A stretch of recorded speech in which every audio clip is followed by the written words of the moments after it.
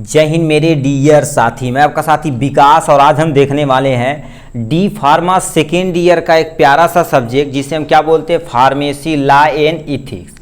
और इसमें हम क्या करेंगे, कुछ इंपॉर्टेंट क्वेश्चन देखने वाले हैं। ठीक है, जो एग्जाम के पॉइंट ऑफ व्यू से बहुत ही इंपॉर्टेंट है। और ये जितने भी क्वेश्चन यहाँ से डिस्कस किए जाएंगे विथ आंसर, वो एग्जाम के पॉइंट ऑफ व्यू से, यदि आप थर्ड सेशनल देने जाते हैं तो उसके भी पॉइंट ऑफ व्यू से बहुत ही इंपॉर्टेंट होने वाला।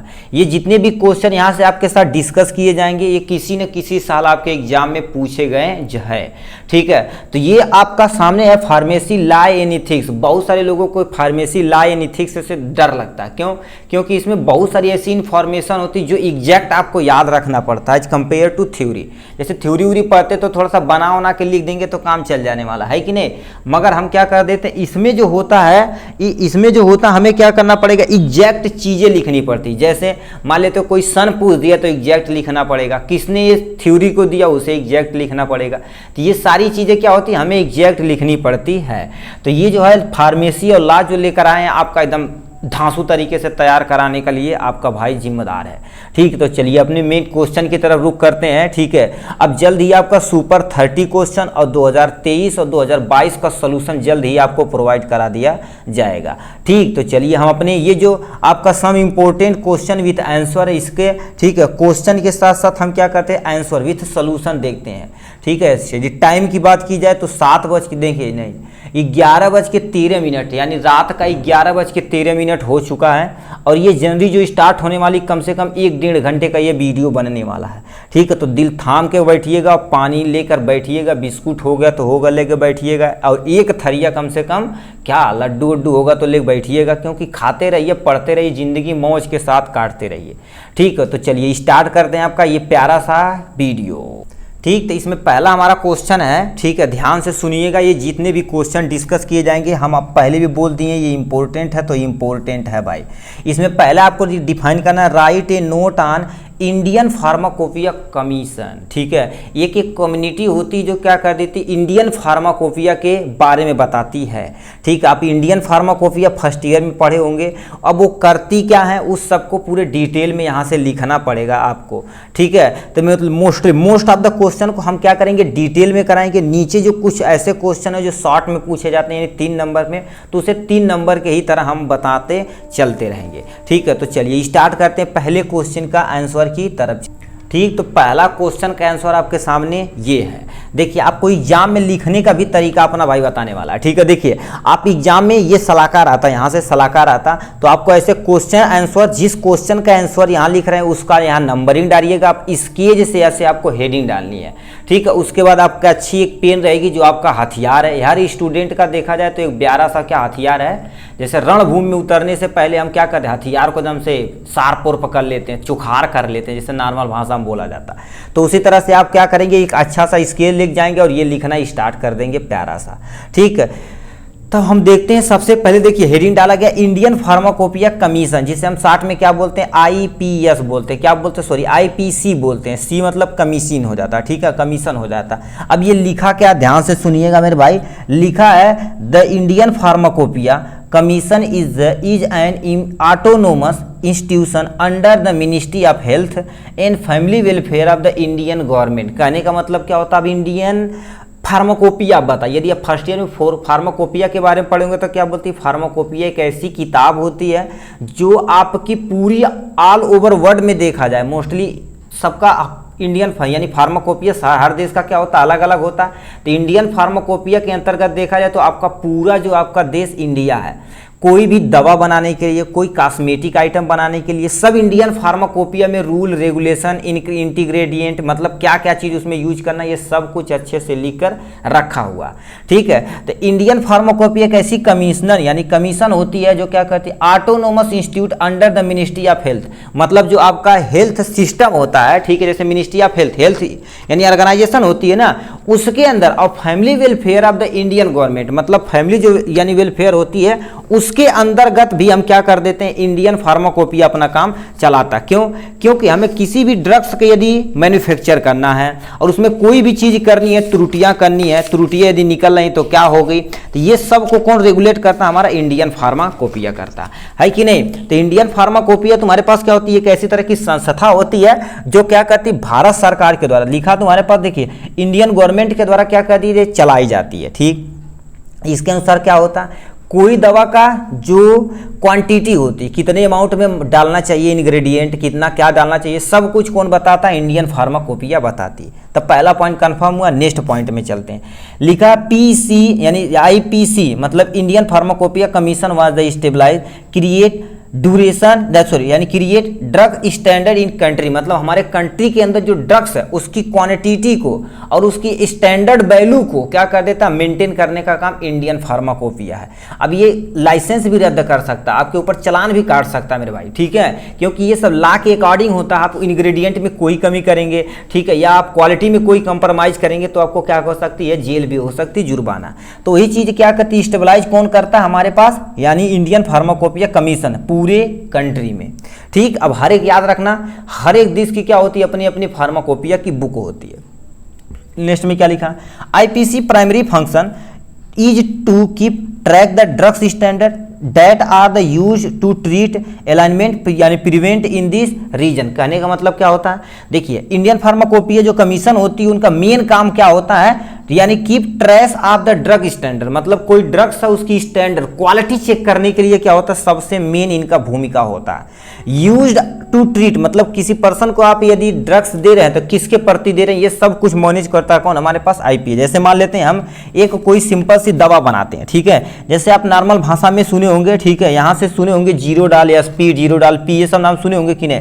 तो ये बताओ क्या होगा, जैसे मान लेते हैं जीरो डाल, ठीक है, यहाँ पर क्या जीरो डाल है, ठीक है, जीरो डाल मान लेते हैं एसपी है, तो इसमें क्या होता है, साइक्लोफेनेक होता है, पैरासीटामॉल होता है और प्लस में सरसरियोपेप्टाइडेज होता है। ये तीन चीज होता है कि नहीं। तो इनकी क्वांटिटी, सबकी क्वांटिटी क्या होती है, फिक्स होती, कितना अमाउंट में डालना है, ठीक है। अब इसमें से बताओ कोई भी घटोतरी की या लैब में हमारे पास जो टेस्टिंग हुई है उसमें कोई भी हमारे पास यदि त्रुटियां आती हैं, ठीक है, त्रुटियां आती हैं तो इंडियन फार्माकोपिया उन्हें अच्छे से रे लेने वाला है, ठीक है। तो यही चीजें यहां से लिख रखी है। नेक्स्ट पॉइंट में क्या लिखा है, IPC issue officially documentation in the form यानी the form of the Indian pharmacopoeia to improve the quality, मतलब क्या कह रहता है, यानी जो हमारी इंडियन फार्माकोपिया कमीशन होती है ऑफिशियली डॉक्यूमेंटेशन मतलब ऑफिशियली देखा जाए तो जांच करने के लिए, डॉक्यूमेंटेशन के लिए क्या होती है, सतर्क होती है। क्या, improve the quality of medicine, किसी भी मेडिकल की कोई भी हमारे पास कोई ड्रग्स है यानी कोई दवा है तो उसकी क्वालिटी को इंप्रूव कराना इंडियन फार्माकोपिया का सबसे पहला काम है,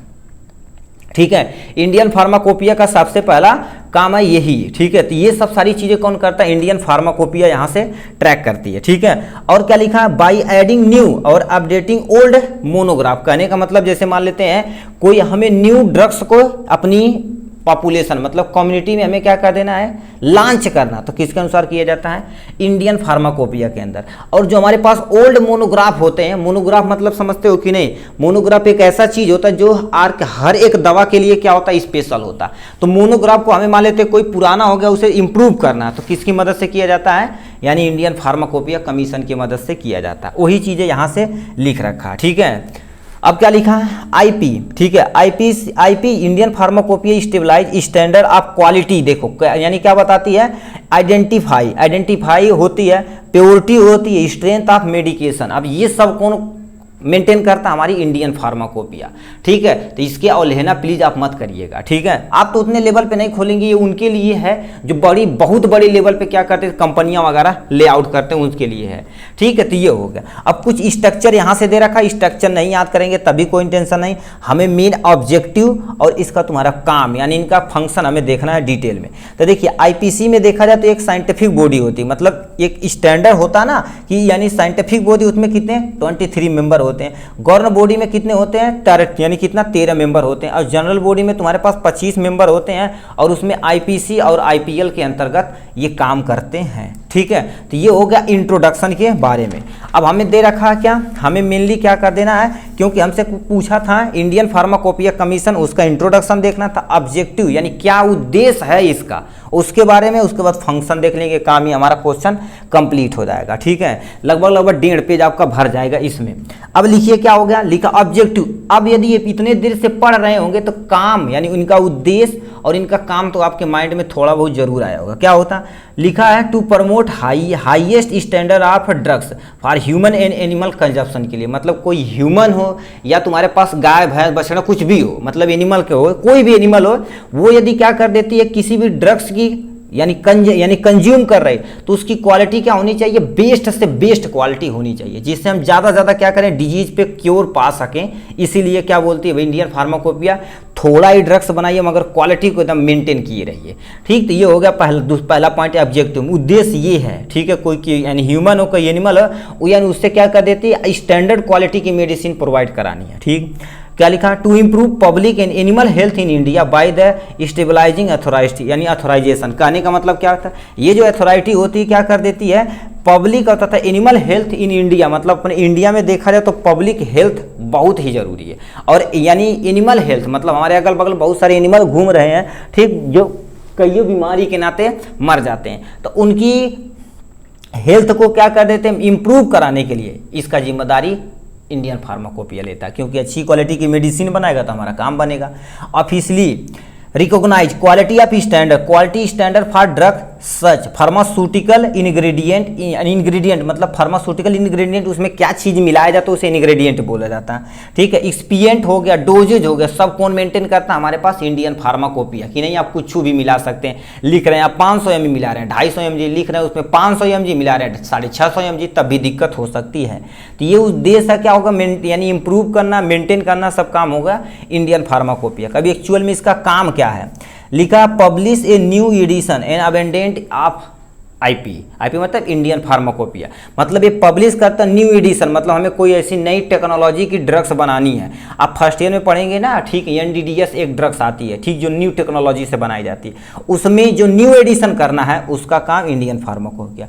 और कोई नया अबेंडेंट हमें उसमें ऐड करना है, ठीक है, ऐड करना किसी मतलब तो कोई दवा, तो उसका क्या क्या चीज़ प्रोसीजर है, सब कुछ कौन ऐड करना है, तो इंडियन फार्माकोपिया ही करेगी। लिखा नेक्स्ट में पब्लिशिंग नेशनल फार्मूलेशन यानी फार्मूलरी ऑफ इंडिया, मतलब क्या कर देती है ये फार्मूलरी मतलब समझते हो कि नहीं, अभी जो बताए हैं किसी भी ड्रग्स में कितनी क्वालिटी में क्या पड़ेगी, क्या क्या कॉम्बिनेशन होना चाहिए, सब कौन तुम्हारे पास क्या होता है, पब्लिश करता है, इंडियन फार्माकोपिया करती है। ठीक, और क्या लिखा, functioning as a national coordination centre for operating Indian pharmacovigilance programme. देखो हाँ, फार्माको विजिलेंस, पैसा के बारे में भी हमें क्या करना है, ध्यान देना कि नहीं हम क्वालिटी बहुत इंप्रूव करा दें, 10 रुपये की टिकी है 100 में हो जाए, तो इससे भी हमें मेंटेन करना कौन, यानी इंडियन फार्माकोपिया। पैसों को भी देखते हुए क्या कर देती है, अपने नेशनल के अकॉर्डिंग ये मेडिसिन उसे बनाती है, तो ये भी आपको मेंटेन करने का काम कौन करता है, यानी हमारी इंडियन फार्माकोपिया। ठीक, नेक्स्ट क्वेश्चन पे चलते हैं, planning education programme skill development यानी क्या होता है, इंटिटी एंड रिसर्च एक्टिविटी कौन करता है, इंडियन फार्माकोपिया। ये क्या करती थी, प्लानिंग करती है एजुकेशन प्रोग्राम में ऐसा क्या चीज़ लाया जाए, क्या अच्छी चीज़ की जाए जिससे ज़्यादा से ज़्यादा क्या कर देते हैं, ड्रग्स की क्वालिटी इंप्रूव हो। ठीक, ये हो गया स्किल डेवलपमेंट। अब देखिए आपके पास स्किल डेवलपमेंट है तो आप कहीं भी खा जी सकते हैं आराम से, बूढ़े आदमी से होते सुने होंगे। ठीक, रिसर्च एक्टिविटी में इंडियन फार्माकोपिया का हाथ है, क्योंकि अब देखिए किसी भी डिजीज पे आप ये दवा अच्छा काम कर रही है, उसमें कौन कौन सा केमिकल, उससे थोड़ा सा रिसर्च की हमें एक नई मेडिसिन का इन्वेंट कर दिए, तो ये हो जाएगा किसके बारे में, इंडियन फार्माकोपिया स्किल के बारे में। तो ये पहला क्वेश्चन को हमने डिटेल में कवर अप किया। चलिए नेक्स्ट क्वेश्चन की तरफ रुख करते हैं भाई। ठीक है, हमसे नेक्स्ट क्वेश्चन पूछा है objective and function of hospital pharmacy. जैसे हॉस्पिटल में फार्मेसी नहीं होती है, उसका उद्देश्य क्या है और उसका काम क्या है। ठीक है, इसी को हमें बताना अभी कितने नंबर का, ये टोटल और टोटल 5 नंबर का है, तो हमें डिटेल में बताना पड़ेगा कैसे। यानी हॉस्पिटल फार्मेसी क्या होती है, इसे थोड़ा सा इंट्रोडक्शन दे देंगे 1-2 लाइन में, उसके बाद ऑब्जेक्टिव 4-5 पॉइंट में लिख देंगे, उसके बाद फंक्शन 4-5 पॉइंट में हम लिख के काम खत्म कर देंगे। ठीक, मतलब 1 से 1.5 पेज भरना ही भरना चाहिए, कम से कम 1.5 पेज, यदि 2 पेज होता तो और अच्छी बात है। ठीक, तो इसी को हम क्या करते हैं, आंसर इसका देखने वाले हैं। तो आपके सामने ये रहा इसका आंसर हॉस्पिटल फार्मेसी के बारे में। देखिए इसको ऐसे आपको हेडिंग डालनी, जैसे हम डाल रहे हैं उसी तरह से डालिएगा आप। ठीक, तो पहले हम हॉस्पिटल फार्मेसी का इंट्रोडक्शन, तब हम ऑब्जेक्टिव पे चलते हैं अपना काम करने।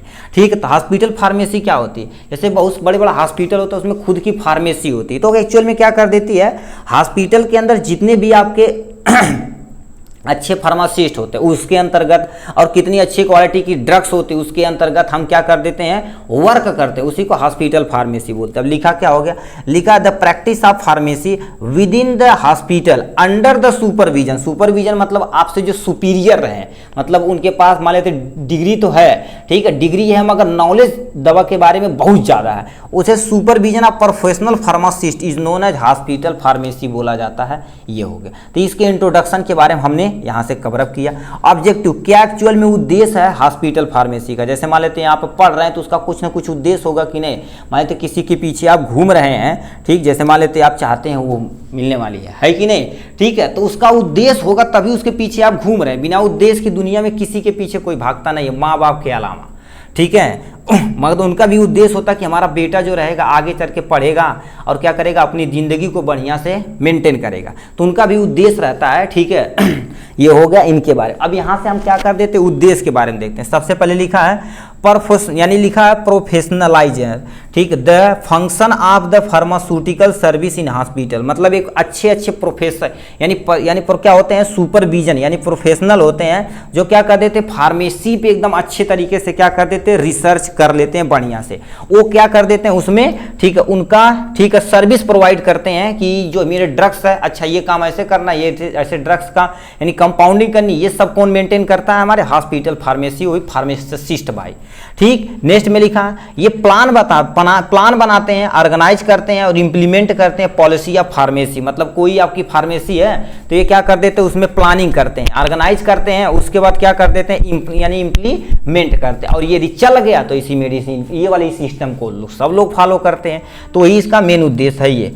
दूसरा क्या होता है, to perform function of management की फंक्शन, यानी तुम्हारे पास क्या लिखा, फंक्शन ऑफ मैनेजमेंट आपको देखना, मेंटेन करना, किससे, क्योंकि अब देखिए मटेरियल खरीदेंगे तो आपके लिए पैसा चाहिए, तो मटेरियल के लिए, परचेज के लिए, स्टोरेज के लिए और इसेंशियल आइटम के लिए, मतलब परचेज क्या करेंगे, जो इसेंशियल आइटम रहेगा उसी की, नहीं लाख भर के भैया रखा है, अच्छा रहो दवाई मंगा ला 2 कुंटल तक, अरे मंगावा मत 50 गत्ता है पैरासीटामॉल, ठीक है, तो उससे क्या हो जाएगी, दिक्कतें हो सकती हैं। ठीक है, तो ये आपका उद्देश्य है कि मतलब आपको क्या करना है, जो भी मटेरियल को मैनेजमेंट करना है, तो मैनेजमेंट नहीं करेंगे जिंदगी में तो आप दिक्कत में पड़ जाएंगे, है कि नहीं।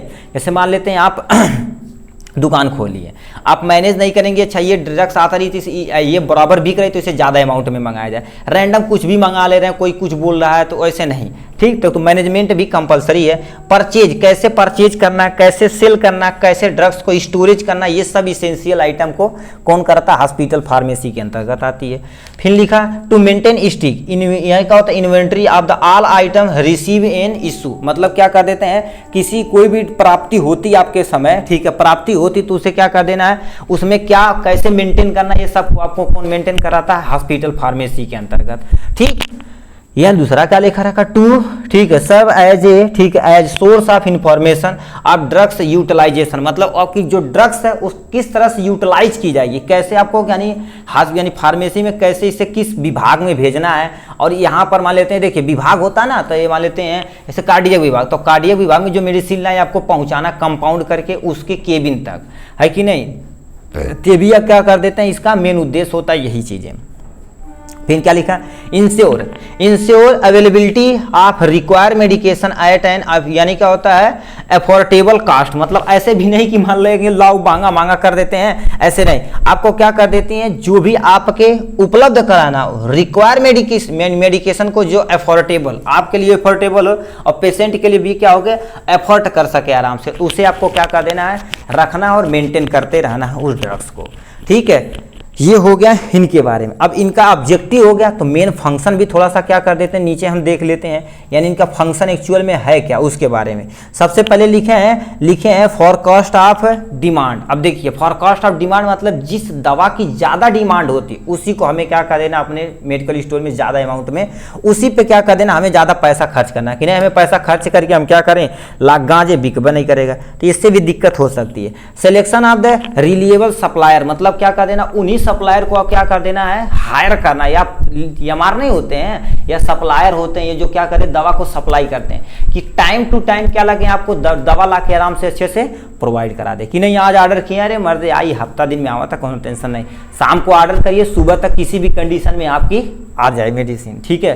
क्यों? क्योंकि देखिए यदि आप दिन भर मेडिसिन बेचेंगे, शाम को क्या करेंगे वो दोबारा, यानी आप क्या बोल देंगे, ठीक बोल देंगे कि ड्रग्स हमें ये चाहिए, ऑर्डर कर देंगे, सुबह तक आ जाएगा, फिर वो प्रक्रिया चलती रहेगी।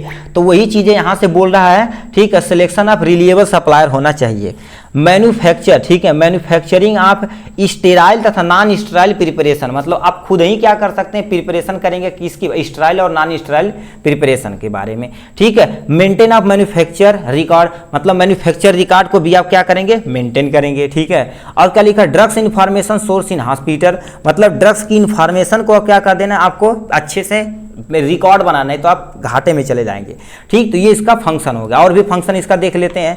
लिखा centre of drugs utilize study मतलब क्या कर देना, आपको स्टडी करना कि कौन सी दवा कहाँ यूज ज़्यादा हो रही है उसके बारे में। पेशेंट काउंसलिंग करना, पेशेंट काउंसलिंग भी बहुत जरूरी है, ठीक है। नहीं तो पेशेंट के बारे में आप जान ही नहीं पाएंगे, उसकी हिस्ट्री कुछ जान ही नहीं पाएंगे, कौन सी दवा चले तो आप लाख गांजेंगे, तो इससे भी दिक्कत हो सकती है। मेंटेन, ठीक है, मेंटेन द यानी क्या होता है, लाइसन होता है। लाइसन मतलब क्या होता है, जो बहुत सारे पीपल रहते हैं, ग्रुप रहते हैं, कम्युनिटी रहती है, उसी को लाइसन बोलते हैं। बिटवीन द मेडिकल नर्सिंग और पेशेंट से हमें क्या कर देना, उन्हें, ठीक है, लिंक करना है, ठीक है, लिंक करने का काम करना है। और क्या लिखा है, dispensing of medication to out patient मतलब जो ओपीडी वाले पेशेंट होते हैं उनके लिए भी हमें क्या कर देना, दवा को डिस्पेंस करने की रिक्वायरमेंट हमारी काम होता, ठीक। क्वालिटी कंट्रोल आप परचेज एंड मैन्युफैक्चर प्रोडक्ट हमारा कौन करता है, यानी हॉस्पिटल फार्मेसी भी मेंटेन करता है। और क्या लिखा है, distribution of medication in ward मतलब क्या होता है, वार्ड मतलब समझते हैं ना, जैसे मान लेते हर एक वार्ड में आपको ले आने फार्मेसी, जैसे हॉस्पिटल बहुत बड़ा है तो हर वार्ड अलग अलग होता है, तो हमें क्या करना, फार्मेसी में मेडिसिन को रखना है, जिसकी रिक्वायरमेंट जितनी होगी वहाँ से ऑर्डर आएगा, हम वहाँ पर पैक करके कंपाउंडिंग करके उनके वहाँ डिस्ट्रीब्यूट कर देंगे। तो ये तो हो गया वार्ड तक हमारे काम इजीली, ठीक। चलिए नेक्स्ट क्वेश्चन की तरफ रुक करते हैं, क्वेश्चन नंबर 3, ठीक है, इनके बारे में हम चलते हैं, ठीक। क्वेश्चन नंबर 3 हमसे क्या पूछ दिया है, इसमें कह दिया है define BCS system in classification, यानी BCS सिस्टम को आपको क्या करना है, डिफाइन करना है और उसका क्या करना है, क्लासिफिकेशन आपको करना पड़ेगा, ठीक। तो इसका आंसर भी हम देख लेते हैं यहाँ से, ठीक। तो BCS सिस्टम क्या होता है, बायोफार्मास्यूटिकल क्लासिफिकेशन सिस्टम होता है, ठीक है।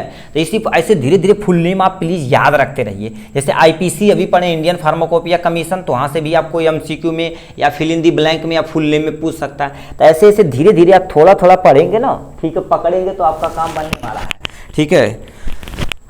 चलो ठीक, तो यहाँ पर लिखा BCS सिस्टम ऑफ क्लासिफिकेशन। अब इसके बारे में हम थोड़ा सा डिस्कस कर लेते हैं, ठीक। ये लॉन्ग में है तो हमें कम से कम 1.5 पेज जाना ही जाना पड़ेगा, ठीक। तो लिखा है bio pharmaceutical classification system is a fundamental guideline for determining the condition under which in vitro in vivo यानी कोरिलेशन आर, ठीक है, एक्सपेक्टेड। कहने का मतलब क्या होता है, बायो फार्मास्यूटिकल क्लासिफिकेशन सिस्टम एक तरह की फंडामेंटल गाइडलाइन होती है, ठीक। गाइडलाइन मतलब एक रूल और रेगुलेशन होती है और डिटरमाइन करते कंडीशन, ठीक है, अंडर विवो मतलब अंडर विट्रो और वीवो मतलब लैब के अंदर या किसी फीमेल के बॉडी के अंदर, ठीक है, शरीर के अंदर, ठीक है, क्या कोरिलेशन होना चाहिए, इस सब के बारे में कौन बताता है, BCI यानी गाइडलाइन करता है, ठीक है। अब जैसे आपको ड्रग्स किसी को देना है तो आपको गाइडलाइन करना, भाई इस रूट के थ्रू खाएंगे तो ये ऐसे करेंगे, ये अप्लाई करेंगे यहाँ और इसका गलाला करेंगे, इसके साथ ये नहीं खाएंगे, इसके साथ ये हम क्या करेंगे, पूरी सावधानियां बताने वाले। तो उसी तरह से एक तुम्हारे पास ये गाइडलाइन तुम्हारे पास फंडामेंटल होती है, ऑर्गेनाइजेशन समझिए सिस्टम होता है जो क्या कर देती है, कंडीशन बताती है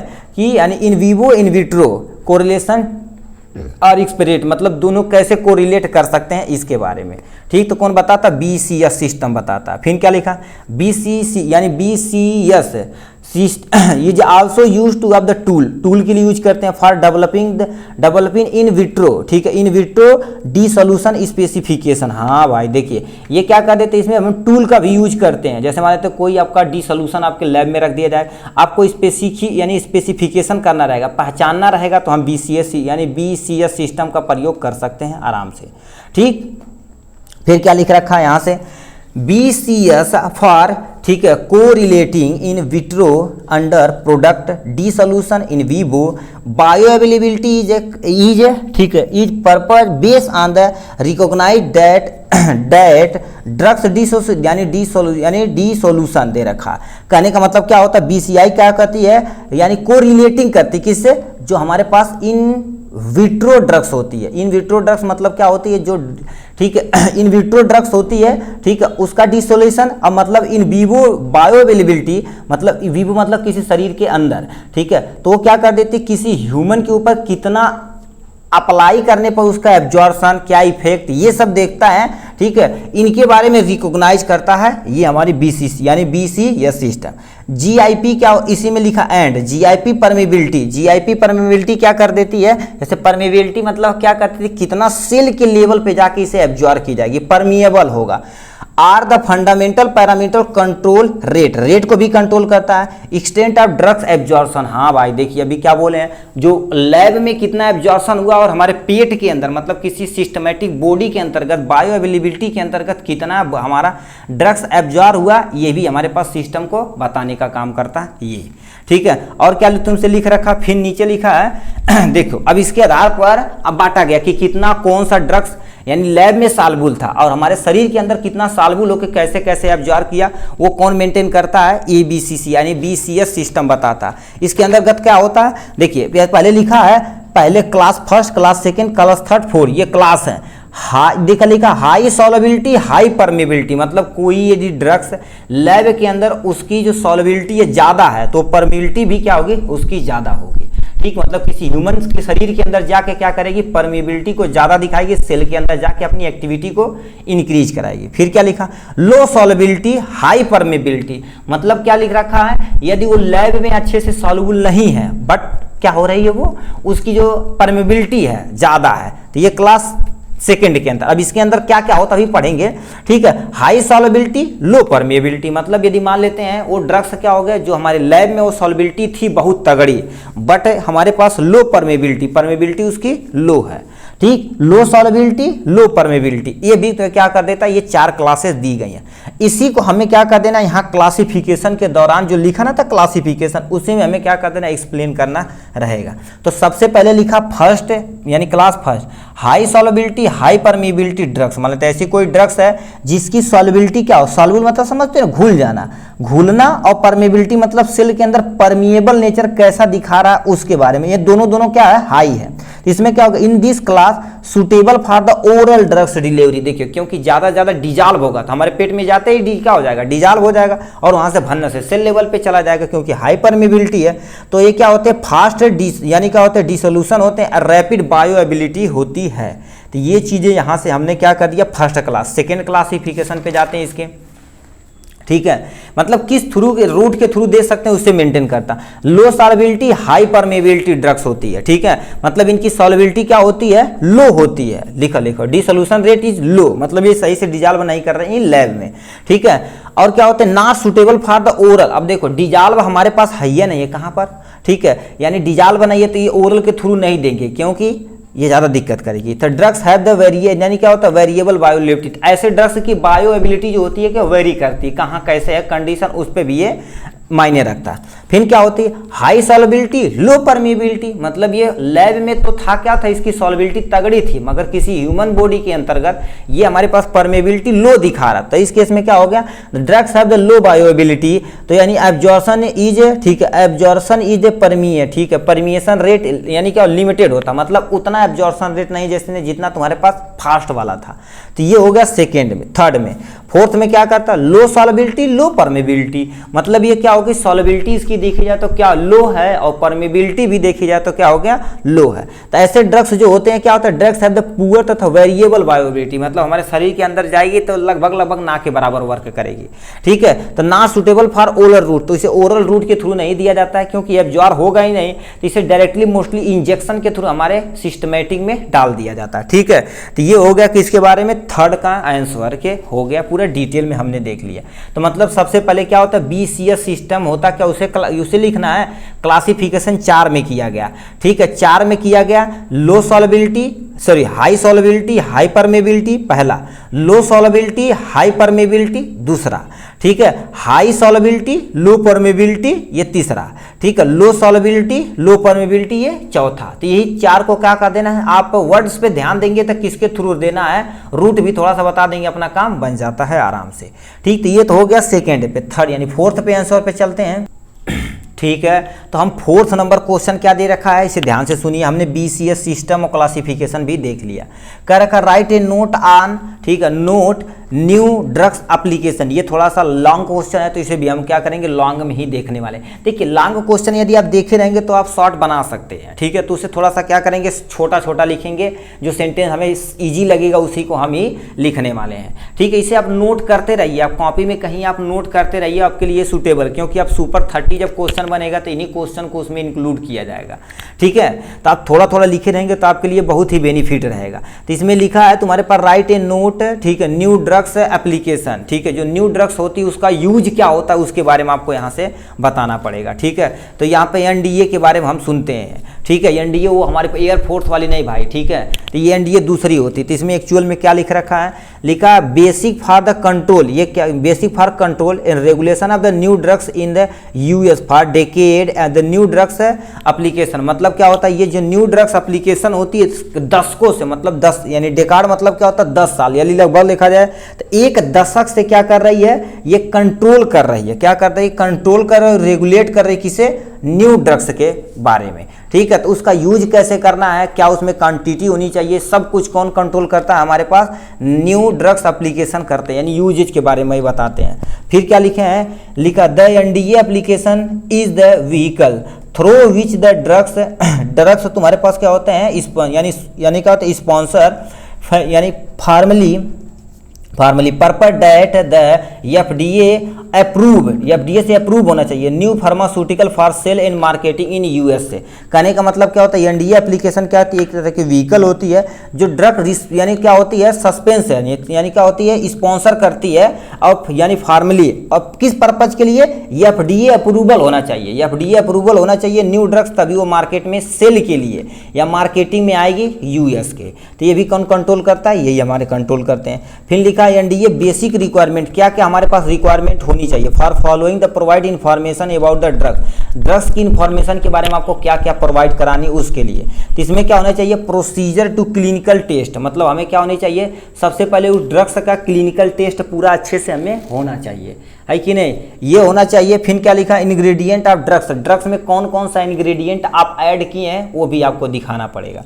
फिर क्या लिखा है, रिजल्ट ऑफ एनिमल स्टडी, यानी स्टडी करने का मतलब यदि इसे एनिमल पे हम क्या कर देते, किसी ह्यूमन बीइंग या एनिमल पे हम इसे अप्लाई करेंगे इस न्यू ड्रग्स को, तो उसका क्या स्टडी हमें पूरा अच्छे से नॉलेज में पता होना चाहिए, नहीं तो हमारे तो उसका साइड इफेक्ट तगड़ा हो जाएगा, तो उसकी डेथ भी हो सकती है, ठीक। फिर क्या लिखा, manufacture process and packaging of drugs, मतलब किस प्रोसेस से बनाए रखे हो उसकी पैकेजिंग के बारे में भी आपको बताना पड़ेगा एकदम अच्छे से, क्योंकि पैकेजिंग नहीं करेंगे अच्छे से तो क्या होगी, आपकी स्टोरेज व्यवस्था खराब हो, जैसे इंग्रेडिएंट खराब हो जाएंगे तो आपको लिए दिक्कत होगी, ठीक है। तो ये इसका बेसिक रिक्वायरमेंट होना चाहिए। अब ऑब्जेक्टिव क्या दे रखा है यहाँ से, यानी एफडीए के एक्चुअल में उद्देश्य क्या, तो आप जान ही गए हो कि न्यू ड्रग्स को कंट्रोल कौन करता है, ये एफडीए करती है। तो ये लिखा objective of NDA is to offer, यानी क्या लिखा है, sufficient information to permit FDA review to reach the following key decision. कहने का मतलब क्या कर देते हैं, यदि एनडीए तुम्हारे पास ऑफर करती है, सफिशिएंट इंफॉर्मेशन आपके होना चाहिए, और परमिट किससे होना चाहिए, एफडीए से आपके पास परमिट होना चाहिए। अब उसके लिए कुछ डिसीजन यहाँ से दे रखे हैं, इसके बारे में क्या लिखा है, वेदर द, ठीक है, यानी whether the benefit of drugs, और यानी अदरवाइज रिस्क, ठीक है, risk, whether the drugs is safe an of, यानी क्या होता है effective unit the purpose use. कहने का मतलब क्या बोल रहा है, यानी ड्रग्स के बेनिफिट के बारे में बताना पड़ेगा आपको, उसके रिस्क के बारे में बताना पड़ेगा। यदि मान लेते बेनिफिट बताएंगे तो साइड इफेक्ट के बारे में भी आपको एक्सप्लेन करना पड़ेगा, ठीक। क्योंकि एक्सप्लेन नहीं करेंगे तो कैसे पता चलेगा ये ड्रग्स इस पर्पज के लिए है, सही पर्पज के लिए है कि नहीं, ये सब भी देखना पड़ेगा हमें, यानी FDA देखता है। तो इसका मेन उद्देश्य यही होता है। फिर क्या होता है लिखा, वेदर ड्रग्स पर्पज जो होती है यानी लेबलिंग, पैकेजिंग, यानी उसमें क्या पैकेजिंग इंसर्ट, आप कम्युनिटी फार्मेसी या हॉस्पिटल में पढ़े होंगे पैकेजिंग इंसर्ट, मतलब आपके पास जैसे ड्रग्स रहती है ना, ऐसे मान लेते ये दवा रहती है, ठीक है, दवा के अंदर उसकी पूरी पर्ची होनी चाहिए, इज अप्रोप्रिएट, तभी करता है इट कंटेन, मतलब उस पर्ची में क्या होना चाहिए, किस कंपनी से बनी है, ठीक है, उसमें कौन कौन सा इंग्रेडिएंट मिलाया गया, क्या इसके साइड इफेक्ट है, इसके फायदे क्या, ये सब कुछ उस पैकेज पे लिखा रहता है, कागज के रूप में आता है, तो वो चीज़ें आपके पास होनी चाहिए। फिर क्या लिखा, मैन्युफैक्चर ऑफ ड्रग्स आर, ठीक है, यानी क्या लिखा, adequate to preserve the drugs identify, यानी आइडेंटिफाई स्ट्रेंथ, क्वालिटी एंड यानी प्योरिटी भी क्या कर देते हैं FDA का ये सबसे, ठीक है, मेन अहम भूमिका। इसमें कहते क्या है, ठीक है, उसे प्रिजर्व करना है, मान लेते ड्रग्स है तो जल्दी से खराब हो जाएगा, तो उसमें अच्छी क्वालिटी के प्रिजर्वेशन यानी प्रिजर्वेटिव प्रयोग करना है हमें, ठीक है, और कैसे उसका आइडेंटिफिकेशन करना, उसकी स्ट्रेंथ क्या है, ये उसकी क्वालिटी क्या है, ये प्योरिटी का, ये सब कौन बताता है, हमारे पास FDA ही। न्यू ड्रग्स है, ठीक, एप्लीकेशन इसके बारे में, यूज के बारे में बताते हैं, ठीक है। तो ये हो गया उद्देश्य। अब इसमें क्या क्या कंटेन होने चाहिए, ठीक है, लिखा contain in format of NDA, मतलब NDA के फॉर्मेट में क्या क्या चीज़ होती है, ठीक है। इसमें लिखा it require submit the application, मतलब एप्लीकेशन को यदि मान लेते हैं आपको लेना है तो क्या सबमिट करने के लिए क्या क्या रिक्वायरमेंट होनी चाहिए, ठीक है। Application in CTD format with the different section आज, यानी एज फॉलोइंग। तो इसमें क्या लिखा, FDA फॉर्म आपके पास, यानी आपके पास FDA फॉर्म होना चाहिए, जो कितने नंबर का होना चाहिए, 365 नंबर का होना चाहिए। फिर क्या लिखा है, यूजर फ्री कवर सीट होनी चाहिए, FDA फॉर्म यानी 3397 के अंतर्गत आता है, ठीक है, मतलब ये आपके पर कवर सीट होने चाहिए, कवर लेटर होना चाहिए, कुछ सेमरी होनी चाहिए, सेमरी मतलब क्या क्या चीज़ आप बना रहे हैं पूरा डिटेल होना चाहिए, ठीक। उसके बाद केमिस्ट्री मैन्युफैक्चर कंट्रोल, मतलब आपकी केमिस्ट्री क्या क्या केमिकल उसमें यूज कर रहे हैं ये, ठीक है, और उसका मैन्युफैक्चर कैसे किया जाता है, ये कंट्रोल कैसे किया जाता है, ये सब कुछ आपको देखना है उसमें। सैंपल लेना है और मेथड क्या लिखना है, मेथड वैलिडेशन, मतलब और किस मेथड से आप वैलिड करेंगे उसके बारे में। पैकेज यानी वैलिड पैकेज होना चाहिए कि नहीं, मान लेते हैं आप वैलिडी यही खराब हो जाए, 1-2 महीना पर उस पारी, तुम 6 महीना लिख रखो दवाई, 1 ही महीना में खराब है, ठीक। लेबलिंग भी बहुत कंपलसरी है, ठीक है। क्या लिखा, नॉन क्लिनिकल फार्माकोलॉजिकल, ठीक है, नॉन क्लिनिकल फार्माकोलॉजिकल और टैक्सिकोलॉजिकल भी हमें पता होना चाहिए इसके बारे में, ठीक है। और यानी मतलब उसमें फार्माकोलॉजिकल क्या क्या होती है, उसकी टैक्सियोलॉजी क्या होती है, ये सब स्टडी हमें इसके अंतर्गत होनी चाहिए, ठीक है, नॉन क्लिनिकल के अंतर्गत। लिखा है सम, सुनिए, केस रिपोर्ट हमारे पास क्या होगा, ट्यूबुलेशन होना चाहिए, केस रिपोर्ट का ट्यूबुलेशन हमारे पास होना चाहिए, और बहुत सारी ऐसे इन्फॉर्मेशन होती है जो हमें रिक्वायरमेंट होती है, तो वो सब आपके पास उपलब्ध होनी चाहिए, ठीक है। तो यही पूछा था हमसे, क्या पूछा था, न्यू ड्रग्स एप्लीकेशन, तो हमने इसे एक्सप्लेन किया, इसके ऑब्जेक्टिव के बारे में, और इसमें क्या क्या कंटेन है ये भी हमें डिफाइन करना पड़ा था, ठीक है। तो इस तरह से देखा जाए तो हमने क्या कर दिया, चौथा भी क्वेश्चन को एकदम अच्छे से अटेम्प्ट कर लिया। 5वें क्वेश्चन की तरफ रुक करते, ठीक, तो हम क्या कर देते हैं, नेक्स्ट क्वेश्चन की तरफ रुक करते हैं। डिफाइन ब्लड बैंक, एक्चुअल में ब्लड बैंक क्या होता है इसे डिफाइन करना पड़ेगा। ब्लड बैंक यदि आप ओपन करते हैं तो आपके लिए क्या क्या है, इक्विपमेंट, मतलब क्या क्या ऐसे सामग्री है जिसकी आपकी रिक्वायरमेंट होगी उसे बताना पड़ेगा, और उसका ब्लड बैंक का एक्चुअल में काम क्या होता है इसे आपको बताना पड़ेगा इसमें, मतलब ब्लड बैंक को डिफाइन करना है, ब्लड बैंक में क्या क्या इक्विपमेंट यूज किए जाते हैं उसके बारे में, फिर उसके काम के बारे में, एक्चुअल में ब्लड बैंक में क्या काम होता है, क्या चीज़ की जाती है, ये सब डिटेल में आपको एक्सप्लेन करना रहेगा, तो इसी को आपको डिफाइन करना। चलिए हम अपने मेन मुद्दे पर आते हैं, ब्लड बैंक पे, ठीक है। तो ये सब जितने भी आंसर लिखे जा रहे हैं भाई बहुत मेहनत लगता है भाई, ठीक है, तो प्लीज़ इसकी भी थोड़ा सा इज्जत रखते हुए, ठीक है, आप प्यार दीजिएगा, ठीक है।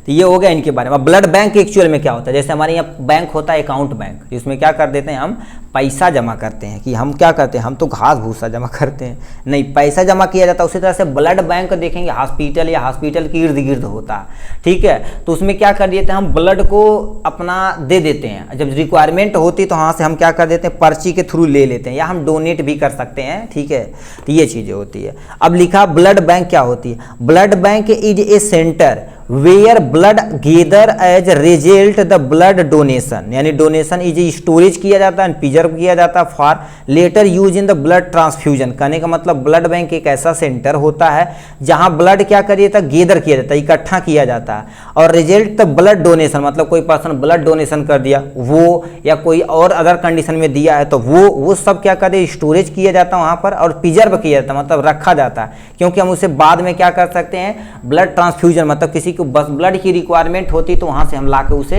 दे सकते हैं, तो इसी को हम क्या बोलते हैं, ब्लड बैंक कहते हैं। तो एक्चुअल में blood banking include typing of blood, यानी कि हमारे पास डिफरेंट टाइप या क्या ब्लड ग्रुप होते हैं, जैसे सुने होंगे ब्लड ग्रुपिंग नॉर्मली देखा जाए तो हम कितना पढ़े होंगे, ठीक है, ए पढ़े होंगे, भाई पेन नहीं चल रही एक भी, ठीक है, तो ब्लड तुम्हारे पास क्या हो गई, ए हो गई, बी हो गई, और ए बी हो गई, और ए हो गई, इसमें फिर इसमें क्या होते हैं, R H positive, R H negative, ये सब भी होते हैं, ठीक, तो वो भी क्या कर देता है, मायने रखता है। तो ये लिखा है, यानी पर लिखे हैं ब्लड टाइपिंग, बहुत डिफरेंट टाइप के ब्लड टाइप यानी ब्लड रखे जाते हैं, ब्लड फॉर ट्रांसफ्यूजन, किसके लिए, ट्रांसफ्यूजन के लिए, मतलब किसी को रिक्वायरमेंट होती तो वहां से हम क्या कर देते, लाके दे देते हैं। As well as testing the blood for the infection illness, मतलब कि उसके साथ साथ क्या कर देते हैं, हम ब्लड की पूरी तरह से स्टडी करते हैं तभी उसे हम स्टोरेज करते हैं। यदि मान लेते ब्लड में कोई HIV इन्फेक्शन हो या कोई अदर इन्फेक्शन हो तो उसे हम नहीं रखते हैं, क्यों, क्योंकि मान लेते किसी हम ट्रांसफ्यूजन के दौरान किसी को हम यूज कर लिए तो उनके भी दिक्कत होगी और हमें भी दिक्कत होगी तगड़ी, तो इसलिए हम क्या कर देते हैं, ये सब चीज़ हम देख कर चेक करके ग्रुप चेक करके सब अच्छे से हम एक पैक में ही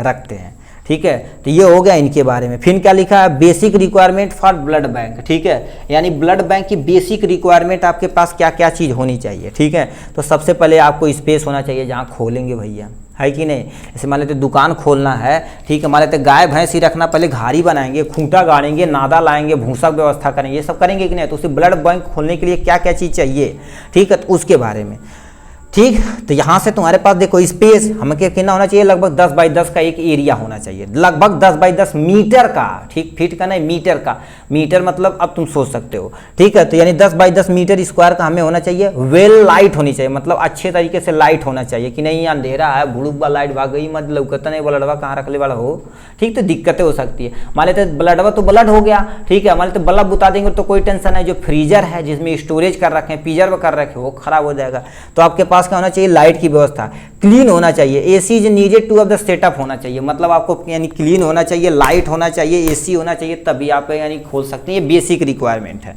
ठीक। और मेन पावर यानी क्या होता है, ठीक है, मेन पावर लिखा तो है, मेन पावर यानी मैन पावर नहीं, एक्चुअल मेन पावर होना चाहिए, ठीक है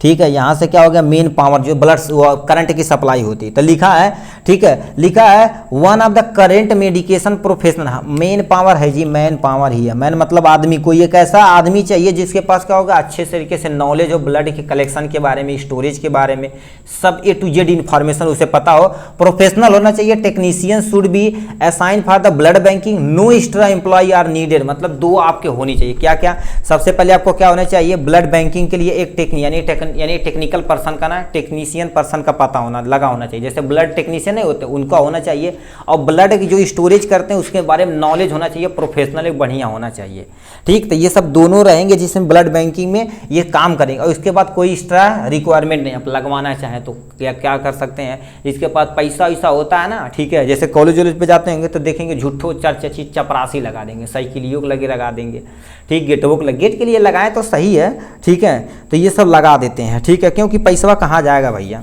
ठीक है, तो यानी ज़्यादा यानी रिक्वायरमेंट नहीं, दो आदमी की रिक्वायरमेंट है। इलेक्ट्रिसिटी बैकअप जनरेटर होना चाहिए, मतलब आप कनेक्शन तो ले लिए हैं, ठीक है, कनेक्शन तगड़ा ले लिए हैं, उससे एसी सब कुछ मेंटेन चल रहा है, एसी हमारी पे एसी चल रहा है, रेफ्रिजरेटर बल्ब सब कुछ चल रहा है, ठीक है, पंखा सब ठीक, तो अब उसके लिए बैकअप के लिए हमारे पास क्या होना चाहिए, एक जनरेटर, लग बाई चांस लाइट भाग जाए तो फ्रीजर तो बंद नहीं होने वाला है, तो उसके लिए हमें क्या चाहिए, तुरंत जनरेटर चालू कर, जनरेटर भाई भानना से, तो जनरेटर चालू करवाएंगे, तो ये सब भी होना चाहिए।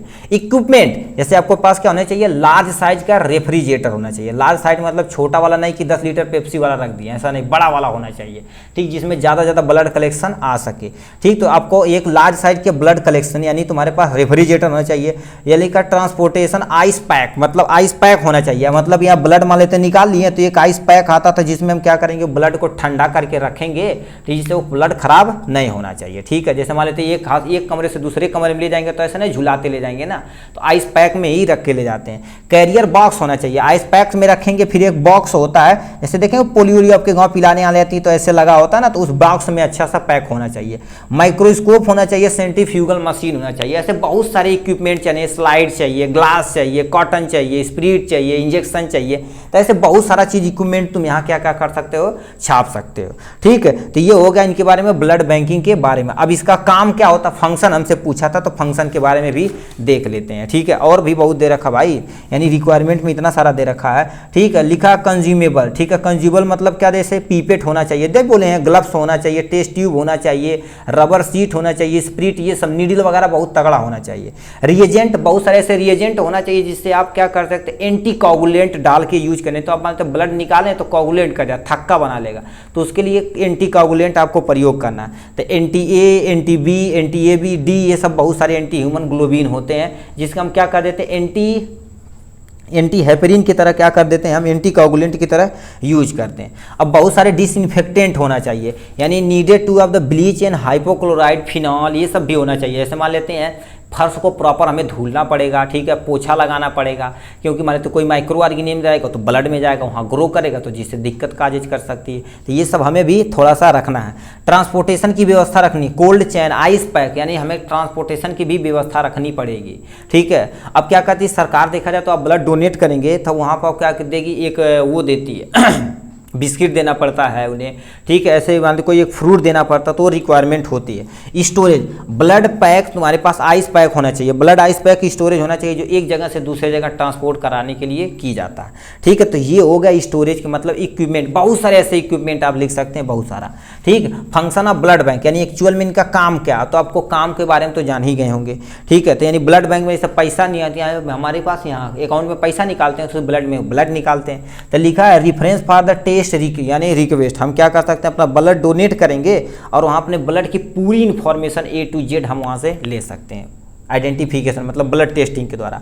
Identification of patient in specimen, मतलब क्या कर देते हैं, किसी भी पेशेंट की हम क्या कर सकते हैं, आइडेंटिफिकेशन कर सकते हैं। जैसे मान लेते किसी पेशेंट की डेथ हो गई, हमें नहीं पता इनकी पूरे बायोडाटा, ब्लड के बारे में जांच करेंगे, अपना काम हो जाएगा। स्पेसिमेन मतलब क्या होता है, जैसे मान लीजिए कोई पर्सन है उसके बारे में जानकारी चाहिए तो ब्लड के थ्रू हम ले सकते हैं, तो ये चीज़ हम क्या कर सकते हैं, इसके अंतर्गत किया जाता है। Registration, monitor, processing of specimen, ये सब ही होना चाहिए। एंट्री ऑफ रिजल्ट, ये ब्लड बैंक का काम होता है। रिपोर्टिंग करना, प्रिंट करना, सर्चिंग फॉर ऑफ द, यानी रिट्राइटिव ऑफ द रिजल्ट, मतलब बहुत सारे ऐसे रिजल्ट होते हैं जो ब्लड से ही लिए जाते हैं, तो वो सब भी फंक्शन कौन करता है, ब्लड बैंक करता है। अदर फंक्शन जैसे कंट्रोलिंग वर्क फ्लो को क्या कर देता है, कंट्रोल करता है। Quality assurance for the work station, ये भी कंट्रोल करता है। और कंटिन्यूस यानी कंटिन्यू कंट्रोल यानी क्वालिटी कंट्रोल, यही करता है। ट्रांसफ्यूजन गाइडलाइन यही देता है, ठीक है, क्योंकि हमें ब्लड चढ़ाना तो ये सब भी हम देखते हैं। जैसे मान किसी को ब्लड चढ़ाया जाता है तो उनसे बोला जाता है आपको इरिटेशन यदि पैदा होगी तो आप तुरंत बताइएगा, हम इसे रोक देंगे। नेटवर्किंग इन्फॉर्मेशन यही ब्लड बैंक ही करता है, ठीक है। तो इस तरह से देखा जाए तो हमने क्या कर दिया, ब्लड बैंक के पूरा डिटेल के बारे में देख लिया एकदम इजी तरीके से, ठीक है। नेक्स्ट क्वेश्चन, छठा क्वेश्चन है, उसे भी देख लेते हैं भाई, ठीक। तो छठा हमसे क्वेश्चन दे रखा है, एक्सप्लेन कंज्यूमर, यानी कस्टमर जो होते हैं उनकी रिस्पॉन्सिबिलिटी क्या होती है, ठीक है। कस्टमर मतलब जो आप दवा खरीदने जाते हैं, आपकी रिस्पॉन्सिबिलिटी क्या क्या चीज़ है, आप दुकानदार से क्या क्वेश्चन कर सकते हैं।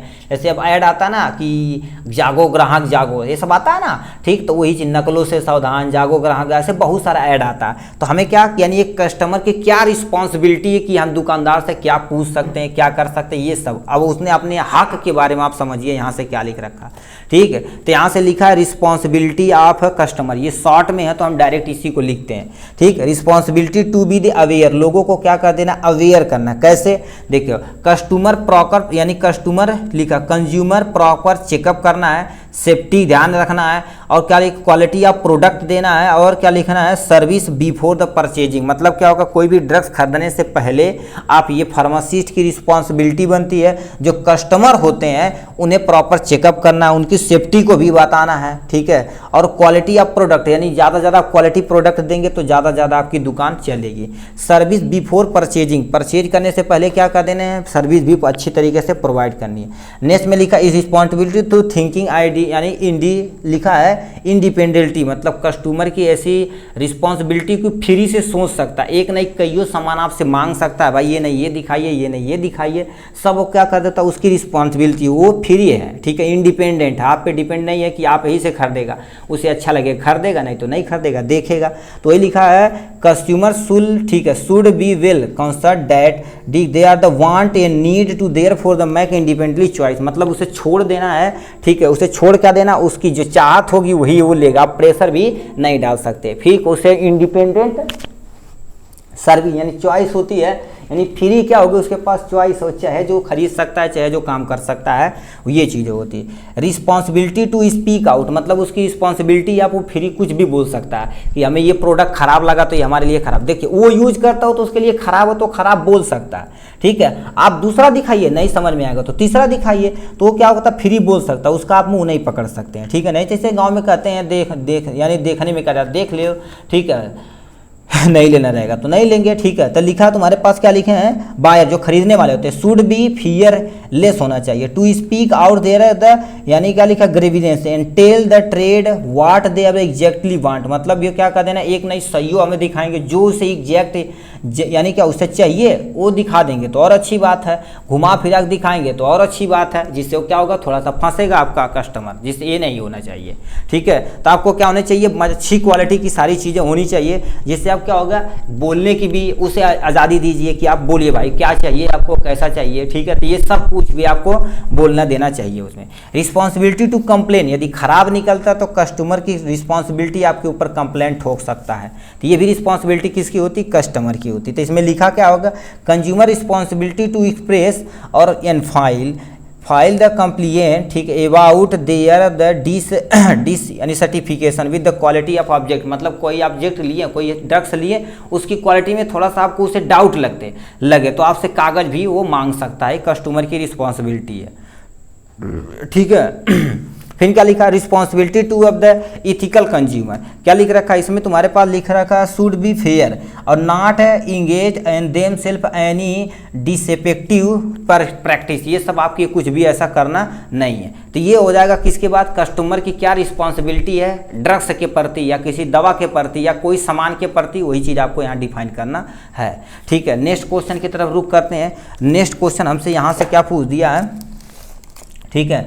नेक्स्ट क्वेश्चन हमें 7वां नंबर दे रखा, 7वां ने का क्लासिफिकेशन ऑफ मेडिकल डिवाइस, जो मेडिकल डिवाइस होती है उसका क्लासिफिकेशन कैसे किया गया वो भी, ये भी शॉर्ट में है, केवल क्लासिफिकेशन आपको कर देना बस, काम खत्म, ठीक है, ठीक है। तो लास्ट ठीक है, लास्ट क्वेश्चन हमसे पूछा, अभी 2 क्वेश्चन अभी और है, लास्ट नहीं है, ये शॉर्ट है, ठीक कर रखा। मेडिकल डिवाइस क्या होती है, मेडिकल डिवाइस समझते हो, जैसे मान लेते हैं आपको बहुत सारी से थर्मामीटर लेना है, स्फैग्नोमीटर लेना है, IB catheter, bone cement, copper T, दवा, ये सब क्या होती है, मेडिकल तुम्हारे डिवाइस होती है। तो इसमें क्या लिखा है, medical device is any instrument and device implement in machine appliance implant other material used in the medical field called medical यानी का मेडिकल डिवाइस, मतलब मेडिकल डिवाइस ऐसी डिवाइस होती है या कोई ऐसा इंस्ट्रूमेंट होता है या कोई ऐसी डिवाइस होती है या कोई मशीन होती है या कोई मटेरियल होता है जो मेडिकल फील्ड में यूज किया जाता है, उसे हम मेडिकल डिवाइस बोलते हैं, ठीक है। तो इसी को आपका डिफिनेशन लिख दिया। अब इसका हमें क्लासिफिकेशन कहा था 3 नंबर में, तो 3 नंबर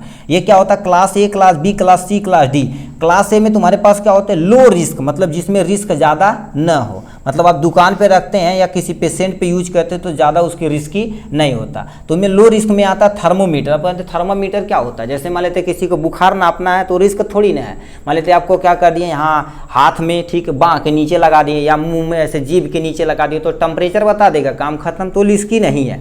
सर्जिकल ड्रेसिंग, मान लेते सर्जिकल ड्रेसिंग, मान लेते किसी का आपको क्या कर देनी है, घाव है तो कहेगा भाई ड्रेसिंग कर दीजिए, तो साफ सफाई करके आप पट्टी उट्टी दोबारा उसे लगा सकते हैं। तो ये सर्जिकल ड्रेसिंग भी आपको लो रिस्की के मतलब क्लास ए के अंतर्गत आता है। फिर क्लास बी के अंदर क्या हो जाता है, लो मॉडरेट रिस्क, मतलब ज़्यादा इसमें रिस्क ठीक है होता मगर उसके कंपेयर में ठीक है, इसके कंपेयर में ठीक है थोड़ा सा रिस्क होता है। जैसे आईवी कैथेटर, ये भी क्या होता है, आईवी कैथेटर जो यहाँ पर लगाया जाता है उसके बारे में बोल रहा है ठीक है। और डिसइंफेक्टेंट, ऐसे बहुत सारे डिसइंफेक्टेंट होते हैं, मतलब ये रिस्की है मगर लो ठीक है और मॉडरेट रिस्की है ठीक है। क्लास सी के अंतर्गत क्या हो जाता है, मॉडरेट हाई रिस्की, मतलब ये थोड़ा सा रिस्की हो सकते हैं। जैसे बोक यानी क्या होता है, बोन सीमेंट होती है। बोन सीमेंट क्या होती है, जैसे मान लेते हैं ठीक है, आपको मान लेते हैं कुल्ला चेंज कराना, तो यहाँ से गया ये और यहाँ से ऐसे होके यहाँ आ गया ठीक है, ये गोल सा रहता है, एसिटाबुलम होता है और यहाँ से आपका कुल्ला ऐसे अटैच होता है ठीक है। तो ये मान लेते हैं यहाँ पर कोई कैप चिपकाना है तो हम बोन सीमेंट का प्रयोग करेंगे ठीक है। बोन सीमेंट, ये भी एंटीबायोटिक बोन सीमेंट वगैरह आती है, तो इसमें हम क्या कर देते हैं, कुल्ले को चिपका देते हैं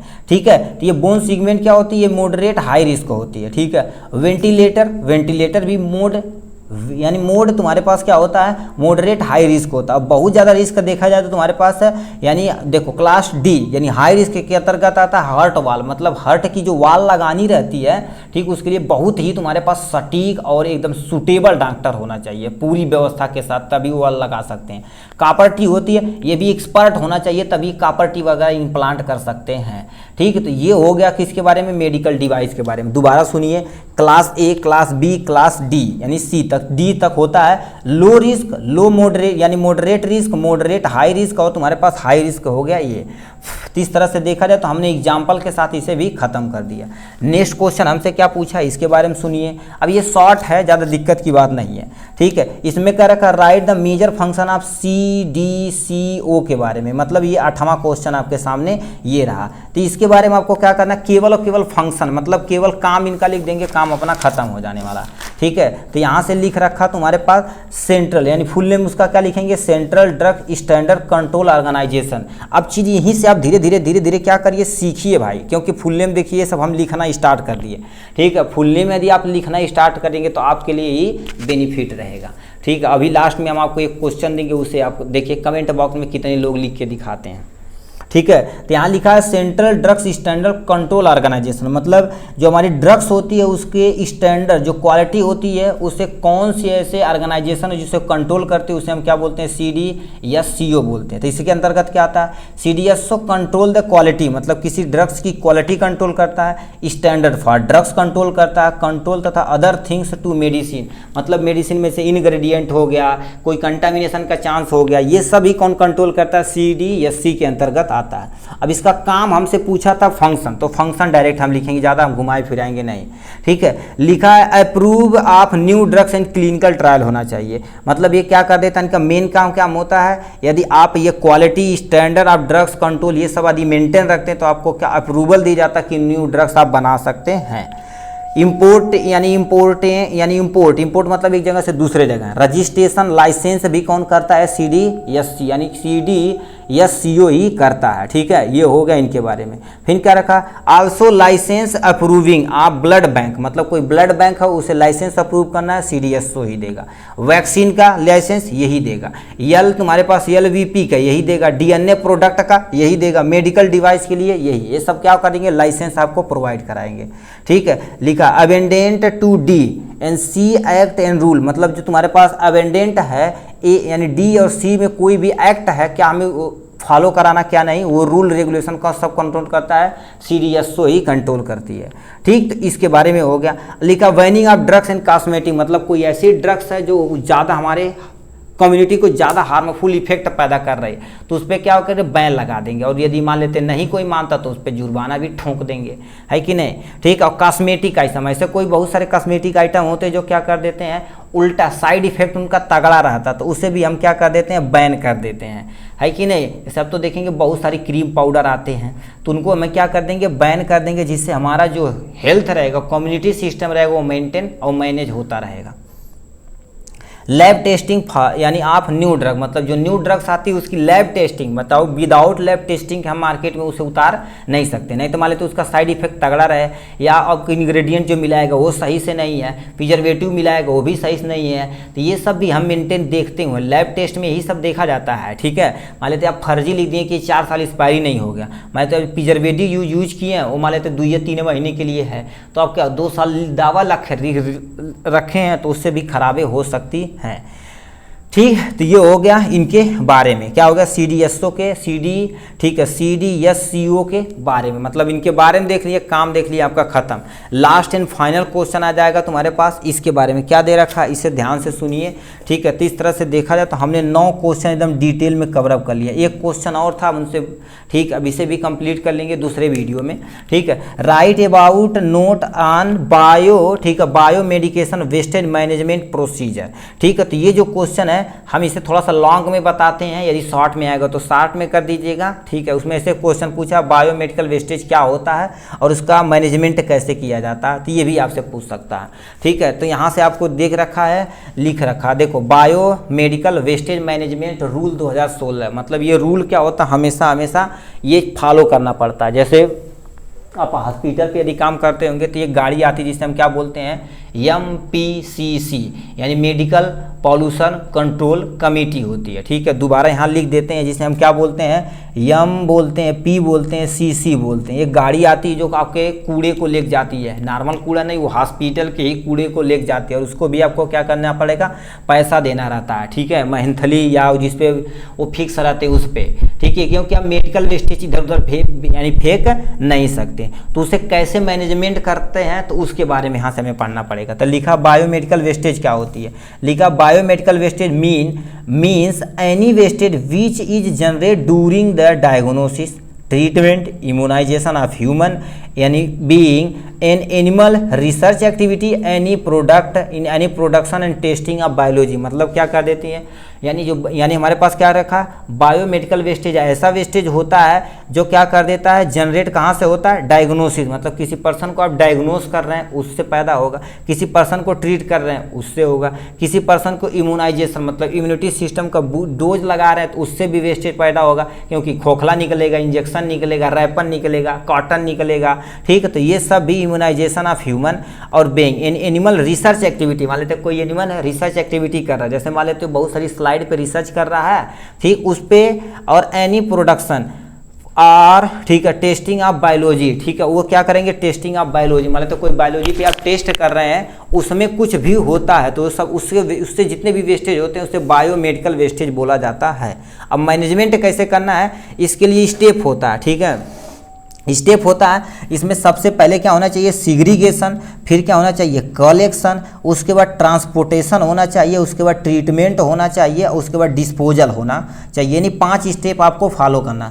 सिग्रीगेशन मतलब क्या होता है, जैसे मान लीजिए डिब्बा नहीं रखा जाता तो अलग अलग चीज़ को अलग अलग में हमें फेंकना रहता है, ऐसा नहीं कि एक कम हम फेंक दें, ऐसा नहीं, देखेंगे अलग अलग, जैसे येलो कलर का, रेड कलर का, व्हाइट कलर का, ब्लू कलर का, ऐसे डिब्बा होता है, उस डिब्बे में अलग अलग क्या कर देते हैं, हम चीज़ें डालते हैं। तो वही चीज़ें लिखा तुम्हारे पास सिग्रीगेट, मतलब पहले अलग अलग यानी अलग अलग क्या कर देना, रखना, उसे फिर कलेक्शन करना, फिर ट्रांसपोर्ट कराना एक जगह से दूसरे जगह, फिर उसे ट्रीटमेंट करना, फिर डिस्पोजल करना। ठीक है, आप BMW गाड़ी का नहीं, biomedical wastage are the important step of management. अब कैसे करना इसमें हम थोड़ा थोड़ा लिख देते हैं। ठीक है, तो सबसे पहले लिख रखा है सिग्रीगेशन, मतलब कैसे तुम क्या करोगे, अलग करोगे, तो इसके लिए डिब्बा है। ठीक है, तो अब पहला एलो में क्या मेडिकल वेस्टेज डाला जाता है, आप यहाँ कमेंट बॉक्स में लिख के दिखाइए एलो में। ठीक है, आप लिखिएगा क्या, एलो लिखिएगा, एलो में तुम्हारे पास कौन कौन से मेडिकल वेस्टेज डाले जाते हैं, यानी एलो डिब्बे में उसे आपको दिखाना।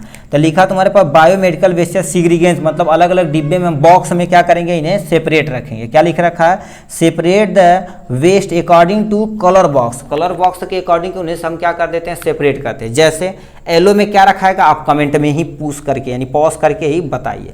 रेड में हम क्या कर देते हैं, आईवी सेट ये रखते हैं, यूरिन बैग ये सब सारी चीज़ें रखते हैं। व्हाइट में क्या कर देते हैं, मेटल और शार्प चीज़ें, मेटल की शार्प चीज़ें इसमें हम रखते हैं। और ब्लू में क्या होगा, ग्लास वाली चीज़ें। ठीक है, ग्लास वाली चीज़ें को हम क्या कर देते हैं, इसमें रखते हैं, जैसे एम्पुल टूट गया वो। ठीक, तो ये सब हम इसमें रखते हैं। आप एक का क्वेश्चन यहाँ बचा, आप इसे आप प्लीज़ नोट डाउन करिए और या कमेंट बॉक्स में ज़रूर लिखिए।